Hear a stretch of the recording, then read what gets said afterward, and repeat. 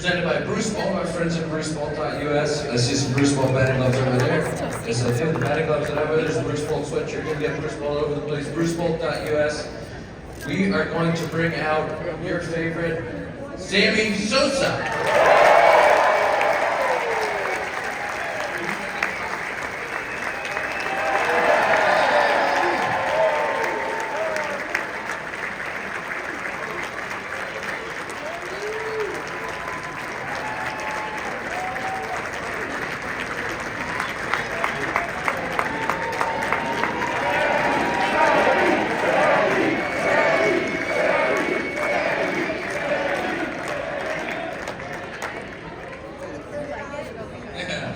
Sorry. Thanks for your anniversary. How's your day going? Great. Fantastic. Good. Okay. Here's my first question. We got one of your bats. Tell me about the knob. Did you have to tape this yourself because they wouldn't do it for you at the factory? You like to feel the tape? Yes, I mean the knob was something because normally when I had to strike, I had to pretty much chuck a little bit. Yeah. So the knob helped me so much to keep myself safety and make sure that I don't want to miss the pitch. So did you would always show up with 2 strikes, or is that No, something better well, like this? sometimes because I mean normally when I'm at the plate, when I was in the plate, 2 strike for me was like a 2-free swing, and then the third one I had to make really I had to chuckle, make sure be a little bit let's say more secure and trying to make contact. That was in my career, kind of 2019. I got sent down in the beginning of 19. I was on the minor leagues, and Rizzo, who was obviously a huge mentor to me, he always choked up like crazy with 2 strikes. And so when I went down, it was something I really worked on. And now I kind of live, I don't know, maybe a finger up off the bat, and with 2 strikes, sometimes I get up there. But you feel a lot more comfortable just having less bat to work with and being able to manipulate. It's all in your mind. So normally when you go to the play, you have to pick a swagger. Don't forget. Kind of pick a swagger. So you have to do that. So I mean, when you step into the, one of the things that I always like, or when I was in the one circle, I would like to look at the picture. I look when he got his eye contact on me and he put his head down. I said, I got you. Yeah, I got you. Yes.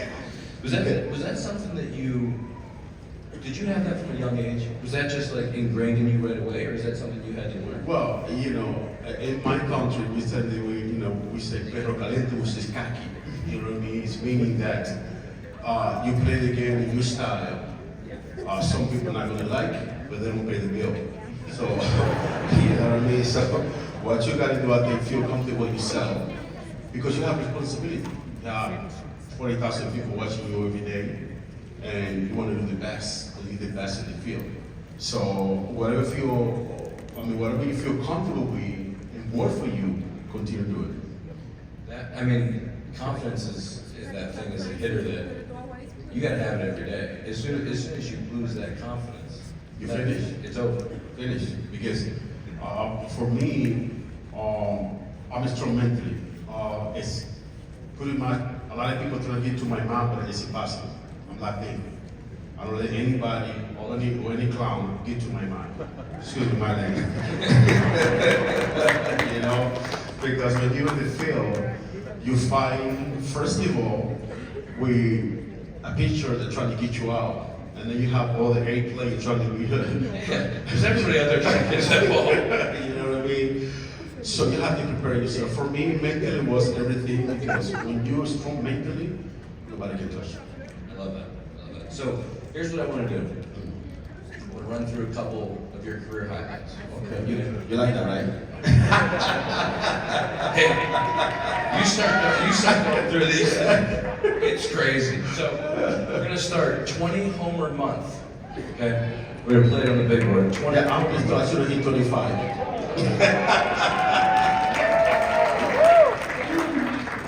Exactly. Okay, Sam, I gotta tell you something. I've hit 20 homers in my career. I have 320-number seasons that I'm very proud of. Like I hit that 20th one in September, and I'm good year, man. You hit 20 in a month. And I'm yes, but I hit 75 balls, so I'm pissed off. I should have 27. What was it? Was it a month that you were just like incredibly locked in? You were just dialed. Was it something that you just felt every day you went to the ballpark? It was like I'm in my home. Well, you know what's funny because I competed for the 100 chase, and that year nobody pretty much was paying attention to me. So I said to myself, I have to make some noise. I have to do something that they know I'm here. So unfortunately, thank God, you know, I was locked in June, and pretty much I tell you, man, in my sleep I was dreaming that I was hitting every day. Seriously, bring that swagger to the park, and normally, you know, use all the field, which is an advantage. And pretty much, you know, I just let it fly. Just every day. Yes. It must have been a good wind one too. You can get one of those days where the wind is blowing in 50 in your face. The wind is helping you. Well, you know what? It really feels when the wind blowing out, sometimes people try to hit it. Yeah. I try to make contact. Yeah, you're just trying to touch it. Yes. Because if you make contact, it was going to go anyway. Yeah. All you gotta do is, you don't have to hit it hard. All you gotta do is get it going. That's right. So, the 2 homer day to pass Maris. Talk about that. We'll show the video, but was that something that you hit the first one and you're like, oh, I got a chance to... Well, look. Look at that, baby. Yes, sir. Yes, sir. Yeah. So was that something, you know, that had to be such a special day. I mean, all the history, all the years, to be able to break that record and pass that. Yeah, you know, I mean, you know that. If you see that video, that's still on the video. Look out! No, look. Mark hit 60, 62. Yeah. And I told him, don't leave, wait for me. So, came back to Chicago, was great. I hit 59, 60, 61, and I want to do it here. Yeah. And in Chicago. And God allowed me to do that. I was very comfortable, very happy. You know, that everybody was there supporting. And you know, when I hit the 60, 61, it was incredible, especially here. So.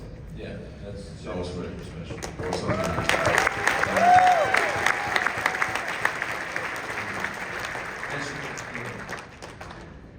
I've experienced playing outfield in Chicago and having that group in the bleachers that means so much, that they're there every day, supportive. I know that you feel the same way, and you can see the reception. I was at another level. Yeah, that's true. That's true. But you feel the love, you know, with you being back and the fans like that. It's such a cool thing. Well, you have to build a relationship. I remember that movie called Gladiator. You have to win the crowd. You have to win the crowd. And the only way you can win the crowd, play great, be responsible when you're in the field, and give 100% every day, and they, you know, and they will love you. Yeah.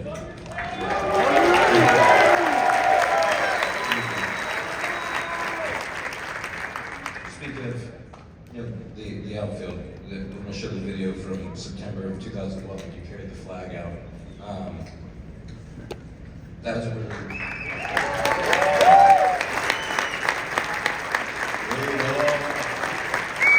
God bless America.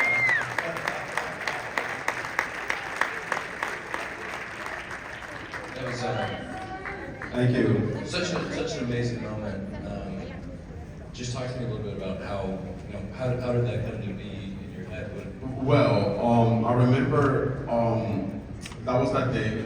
I mentioned that, you know, 9/11, that thing happened, and, you know, never happened in this country, because this is a safe country. And I said to myself, I have to do something here today. And also I told Billy Williams to take a flight to first base because I want to hit the home run that day. And I really want to take the home run. I got my flag, went to right field, made sure they showed appreciation, the support. And all of a sudden, you know, when I went to the bat, I hit the home run to right field, and I had to run the base with that, you know, with the fly also, which for me was like, thank you, Lord, for that opportunity. Yeah, that was such a cool moment. I know that video, because obviously we played so much, but you know, when different circumstance. But when we came back in 2020, you know, we hadn't played baseball for so long, and it felt like, you know, we still had some fans, but they were across the street in the rooftops. And Jason Hayward took a Chicago flag and ran out there with the Chicago flag. That for me, that was like a goosebumps, which was really cool. But I can't imagine, in that stadium being back for the first time.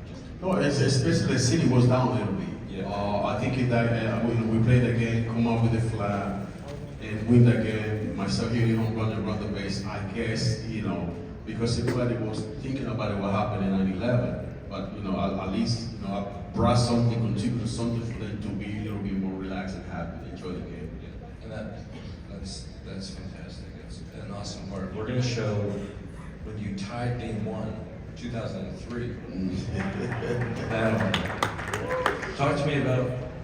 That's right. Look at my face. Oh my God. Whoa! Oh yeah. Down to the final out. Had you faced that pitcher much? Were you really familiar with him? I faced him before, but he was nasty. Yeah. Yes. To tell you the truth, our arena, it was nasty for the Montreal Export. I faced it a couple of times, but I mean that game was incredible because I was down. My team was down pretty much, and I wanted, I'm always coming in the surprise time. Well, I mean. Here you go, the help. He had a 1.41 ERA. Yeah. At that time. Yeah. It's good. It was good. And were you looking for something specific in the bat? No, I'm not really. I was looking. I got a quick hand. When you had a quick hand, you just have to react. Sometimes we start looking for pitch, you gotta stay back, then you can go forward. I never feel comfortable that way. I think the first pitch was a try, and then the second pitch, I believe I gotta be ready, because when you're ready earlier, you have a chance to see the ball and react. So, unfortunately, you throw the slide, you stay high. If everything stay high, you're just gonna go out of the ballpark. Don't leave me hanging, right? Was that something that was a cue for you? Was staying back a cue? Because you had a toe tap, right? Yeah. Was that something that kept you loaded in your backside? 100%. The longer you learn the T-top or the top top, what changed my life, because normally I used to go forward, and when you go forward with a break, you don't have a chance. Yeah. So when you stay back, that break right there, you got it, and then you react. So that's how I came, from 40 home runs to 60 home run. And is that so? You talked about being early. Did you want to get your toe tap done early? Was that something you felt like? Well, normally, if you don't have a top tap, under some time you have to move forward. You have to, but normally, all of the players today, they go, they have some rhythm, go a little back, they come back. But myself, I was hitting it, normally I used to be go forward. But when I have the top tap, one way, and I'm ready to go. So I don't have all the way, I don't have all the movement. I just see it, and then boom. Yeah, get loaded and hit him. That's right. So you were the first Cub to go 30 homers, 30 stolen bases. Yeah. Were you thinking about that all year? Was that something that you got to a point where you're like, oh, yeah, there's 30. That's right. I was telling them, but I'm thinking of base with me. I'm thinking of home. But not at all. Were you thinking about? I mean, you did it in the middle of September, but at what point in the season are you like, I can do this? Look, a lot of people talking now. I mean, you see the number now look great, but when I was playing, and I was thinking about the number. I was thinking about one day at a time, one about at a time, because it's a long season. And normally, if you prepare yourself physically and mentally, go out there every day, work hard, make sure you correct your mistake, you're gonna do great. And you played a lot of games. Oh, I mean, every day. You played every day. Every day, and most of the time, it's funny, because most of the time, my money want to give me day. I say, no, I don't need a day off. Today I can give 3 home runs. Why should I give day off? I was looking at it. You had a stretch there where you played in 97, 98, 99. You played 162, Yeah. 159, 162, 156, 160, 150. 162. Right.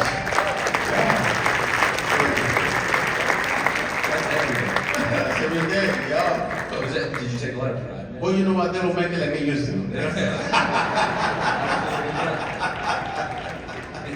Is that something you took, a lot of, you said, I'm going to go out and play every game this year, every day.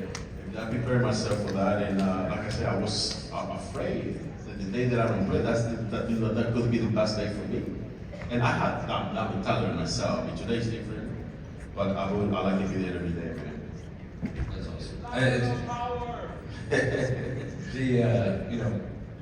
I learned from Riz, and those guys and Jason, like what it means to post and to be out there for your teammates every day.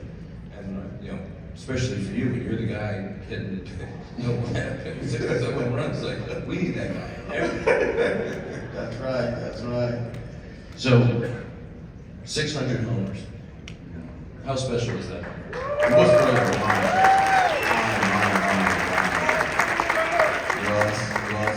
It was great.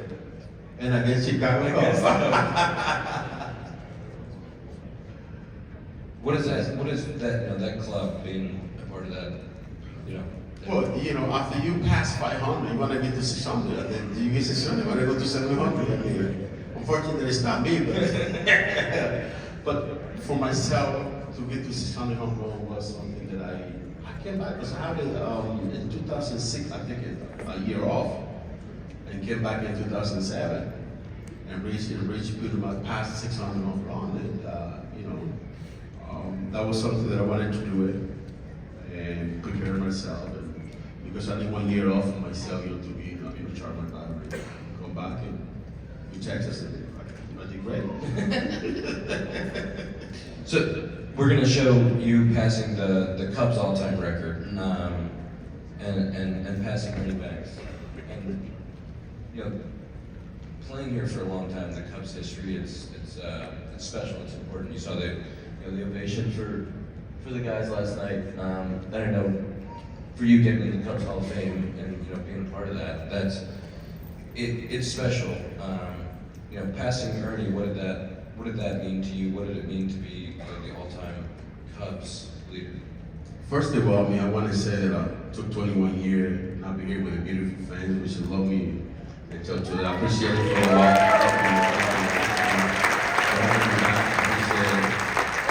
Also creating the Chicago Hall of Fame for me is something that I'm happy to be here. I'm happy to be back. I also wanted to say to the Ricky family, thank you, I appreciate it for the time, for the beautiful moment. And I just like to be back here. So now I have a chance to contribute with you guys and help you guys, if you need me. I'm saying, we were talking today, I was like, come to the cage. That's right. It is that. That's in the middle of the summer when they do the Hall of Fame stuff. Mm-hmm. As a player now that's been going into year 9 here, just the history of the organization and the people that have come through and worn the uniform. It's really special. It's a really, really cool moment. And I think last night when the Hall of Fame guys got introduced here, it means a lot. I think it means a lot to us as players, and so it's really awesome for you and for the fan base. And we're all can't wait for that day in the middle of the summer. Right. No, it's great. It's great. Like I say, I took 21 years, but now I'm back. I'm fully energy. I think I still have a lot in my tank, and let's see what future brings us. Full energy. You get spin around in a high five. It's unbelievable. So this might be my favorite one. So when you joined the 500 Club, you were at 499 all off season. Mm-hmm. All off season, you're sitting there 499. It's like you just gotta hit one more. One more. And you did it on April. Yes. Was 500? Was that a massive number for you? That 500 club? For any player to play this game, 500. me, 500 is the mark, I have to say. Pretty much, like I said, it took me another year to get the 500, but I already had it. And especially that Sullivan, that bitch got me all the time. Oh, really? Yes. And like, okay, today's your day, buddy. So. 500, that's just crazy. What a crazy number. We're supposed to be stuck on that. And every day you're in the gym, you're probably like, 500. Yeah, but yes, I mean, came out the 500 beginning of the season, and then after that, relax myself a little bit, and then went out there and killing it. No, but yeah, doing it. What? Talk to me about your pregame preparation. What was your routine like in the cage? Would you go to the cage every day? Would you take batting practice on the field? Every day. I mean, especially when we play here in Chicago. I'm away first in the cage in the morning, early in the morning. First I would give my rest, make sure that my body sleep well, the night before because it's a day game. And then come here early, make sure working and correct any mistake. Normally I go with a short bat, about 10-15 one hand, and then 10-15 the second hand. They make sure that my head stays down because most of the time today when the people hit the home run, they hit it. I mean the head went. No, when I hit it, my head stays down. So that way it gives you more philosophy and you can use the whole body. And that's how I produce more power to all the field. And pretty much, I like it because I mean, I was like this. Did you hit off the tee? Not that much. I like soft stuff. Yeah. Was it soft Short. side or front front flips? Soft stuff. For example, I have my hitting coach. One of my guys, Julian Martinez, which is like this is the plate, and he's sitting right here, so he's tough to me, and then right there because. I mean, when you do a one-on-one right here, you don't have no shot. Yeah. Exactly. You gotta go right here. So pretty much we practice that a lot, and I bring the same attitude that I have in the cage to the game. I prepare always, every day. I never miss a day. Yeah, and that routine is so important. That's like as a hitter, like there's a lot. I mean, Sammy. I'm not gonna lie to you, I never hit 60 homers, never hit 300 yet. A lot more failure over here than over there. But that's your comfort food. It's like that's your happy place is that cage and that routine. You can control that. Mm-hmm. You can control what's happening in that environment, and then that prepares you to go out there and have the confidence to go. Have the comfort, because I mean, this is about comfort and mentally. So when you come earlier and do your routine, now you prepare yourself from the moment you get to the ballpark. So it's nothing else can bother you. Yeah.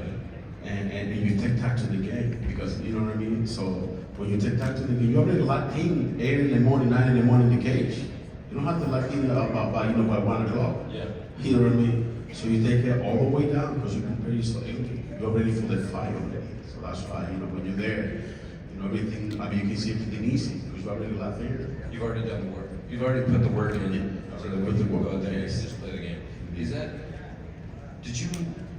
Was that something that you just, like you had work ethic as a kid, you knew that you wanted to work really hard, or was there like a veteran player early in your career? No, I mean, from the day that let's say from Dominican Republic, I had to say, come to this country, from minor league all the way.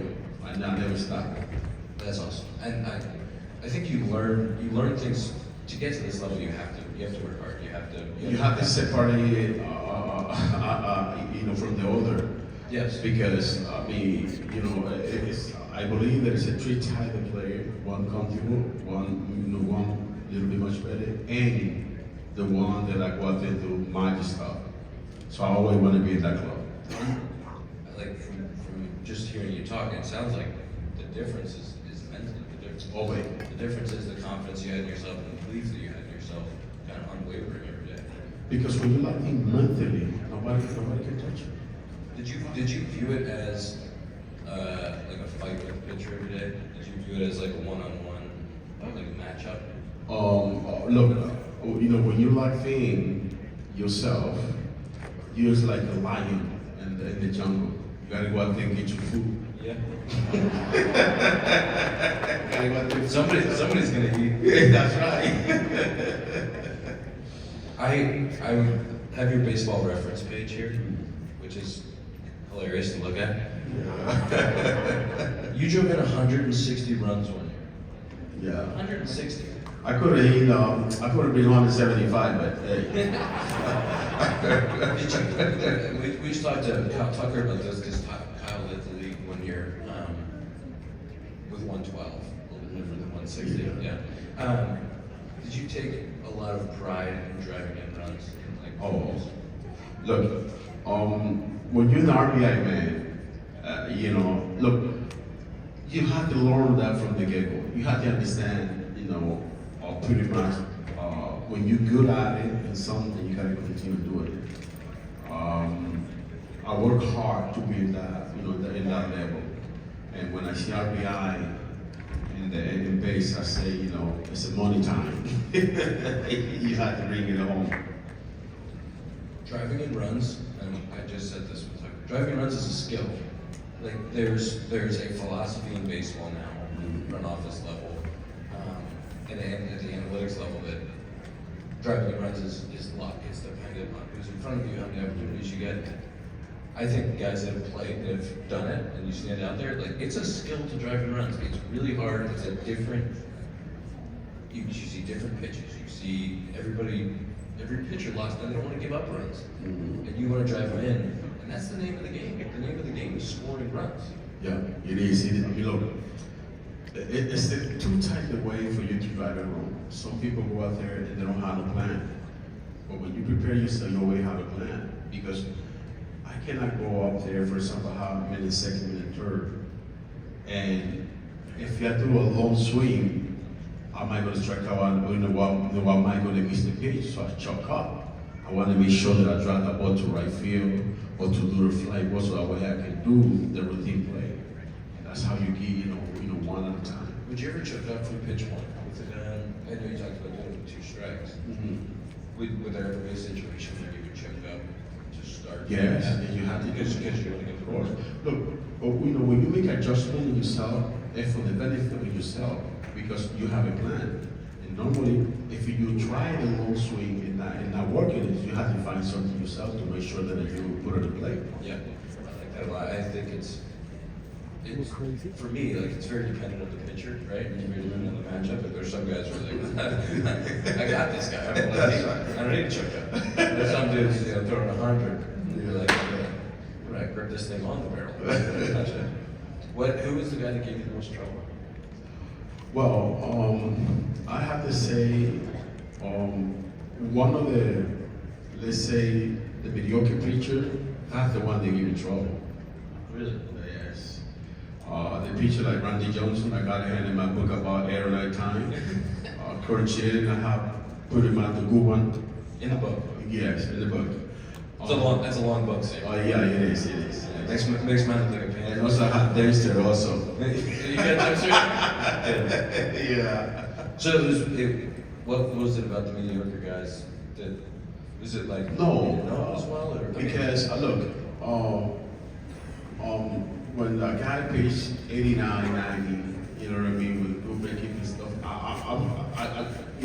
make a judgment. But for me, it's like, okay, But when I have a star up there, I mean, with this tape, go to another level. Yeah, you're an entertainer. That's right. That's right. So, well, I want to know about you when you look through this. I mean, it's just ridiculous. But you have that stretch where you have 1,000 OPS, 4 straight years. You got the MVP, a couple second place. What was it like at that time?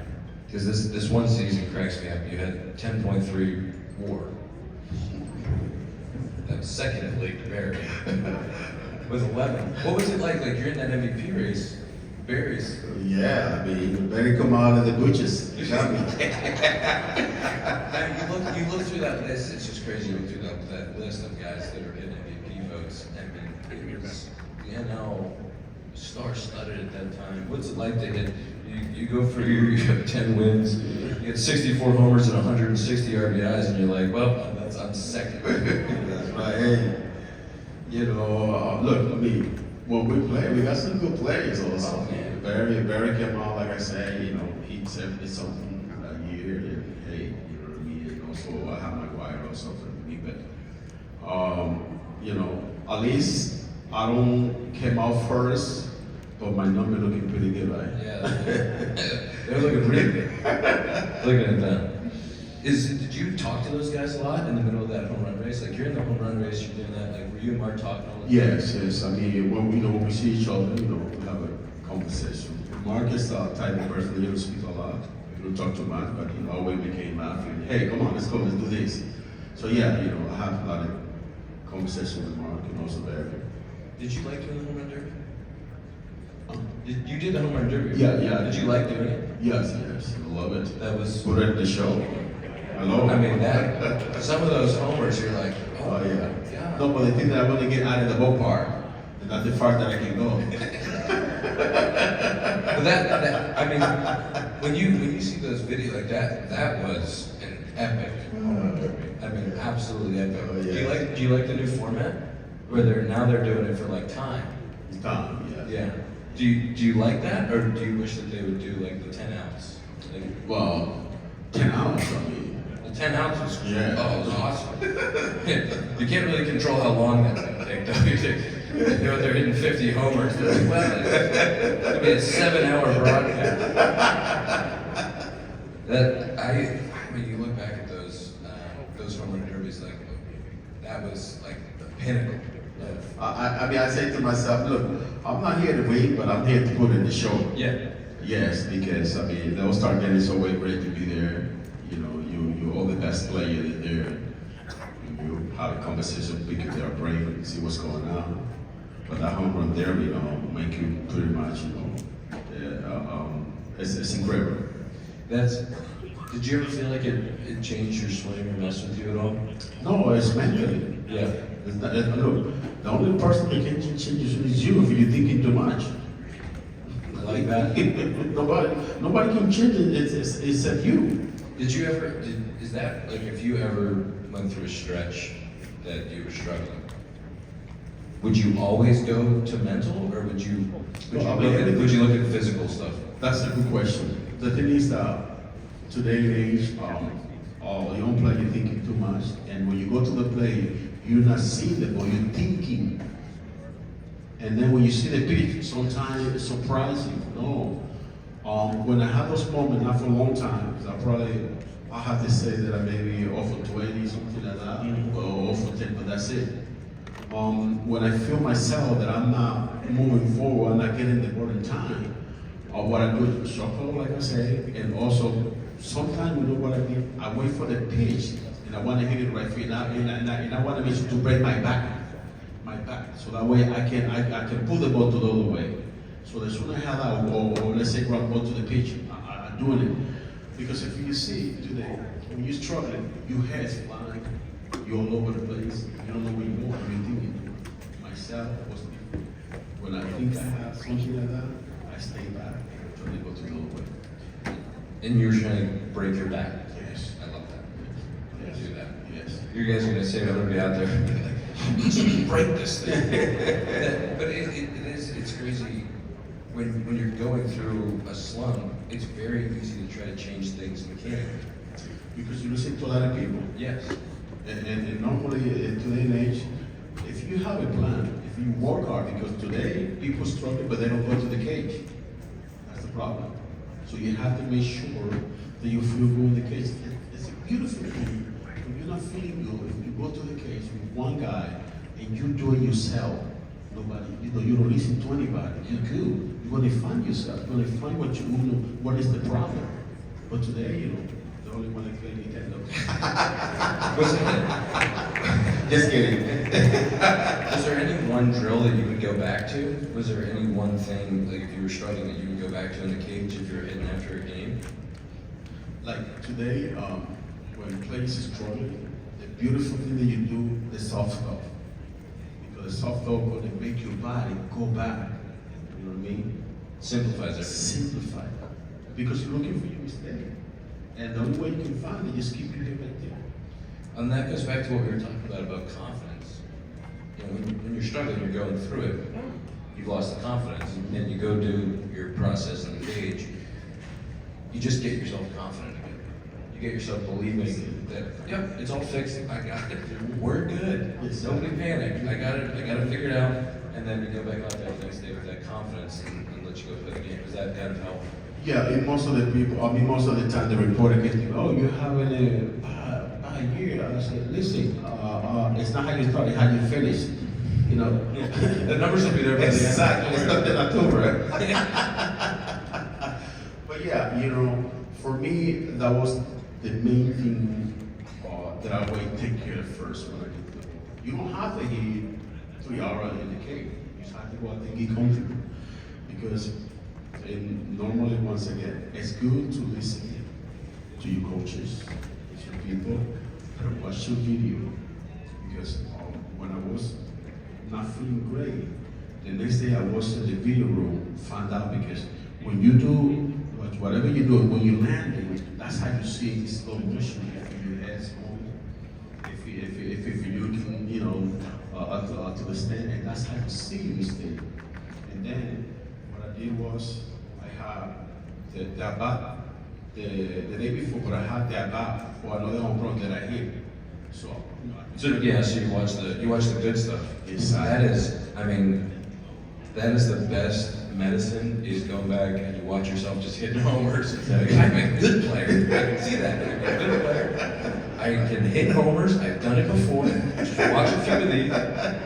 That makes you feel good. I was showing you those videos, all those homers you had. I was just making you feel good. You can go ahead right now. That's right. Thank you so much for coming on. Thank you for anytime. Thank you. Thank you.